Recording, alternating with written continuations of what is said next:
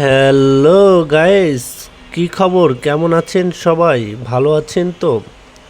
তো আজ কিন্তু আপনাদের মাঝে আমি একটি ভিউ তুলে ধরবো। সেটা হলো পাবনা চলন বিল। আপনারা তো সবাই জানেন যে নাটোর চলন বিল, কিন্তু না, আজ আপনাদের নিয়ে এসেছি পাবনা চলন বিলে। দেখতেই পাচ্ছেন চারপাশে প্রচুর পরিমাণ পানি এবং জেলেরা মাছ ধরছে, কৃষকেরা তাদের সোনালি আঁশ ঘরে তুলছে। আর এদিকে পানিতে অনেকে জাল দিয়ে মাছ ধরছে।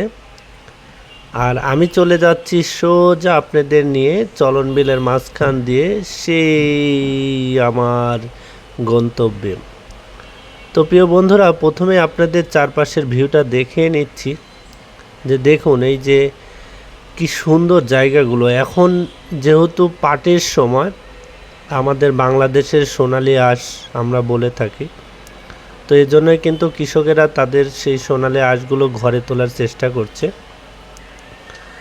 আর প্রকৃতি কিন্তু তার নিজের রূপ সে ফুটিয়ে তুলেছে তাদের মতো করে।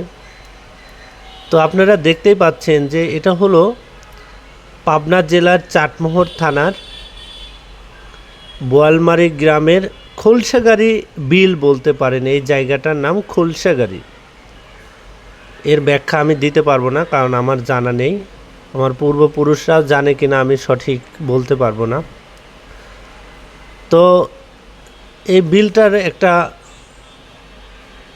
গল্প আছে। সেই গল্পটা হলো এরকম যে আমরা যখন অনেক ছোট ছিলাম, তখন কিন্তু এই যে ব্রিজটা দেখতে পাচ্ছেন, এই ব্রিজ ছিল না।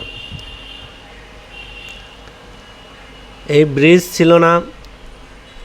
তো আমরা নদী বিলের ওই পার থেকে এই পারে নৌকা যোগে আসা যাওয়া করতাম।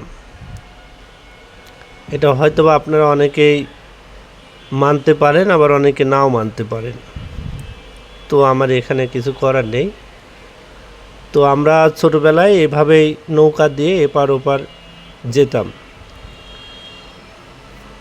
তারপরে আমাদের মোটামুটি যখন একটু বুদ্ধি হলো, সে সময় কিন্তু এই বিলের মাঝখানে তিনটা, একটা দুইটা না, তিনটা ব্রিজ হয়েছে।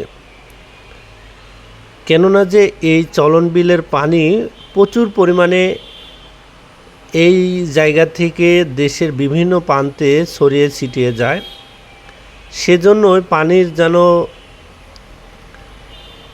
কোনো রকমের বাধাগ্রস্ত না হয়, এজন্যই কিন্তু তিনটা ব্রিজ করা হয়েছে, যাতে পানিগুলো ইজিলি একদিক থেকে আরেক দিকে আসা যাওয়া করতে পারে। তো আসলে সেই সময়গুলো অনেক ভালো ছিল। সবাই ভালো থাকবে।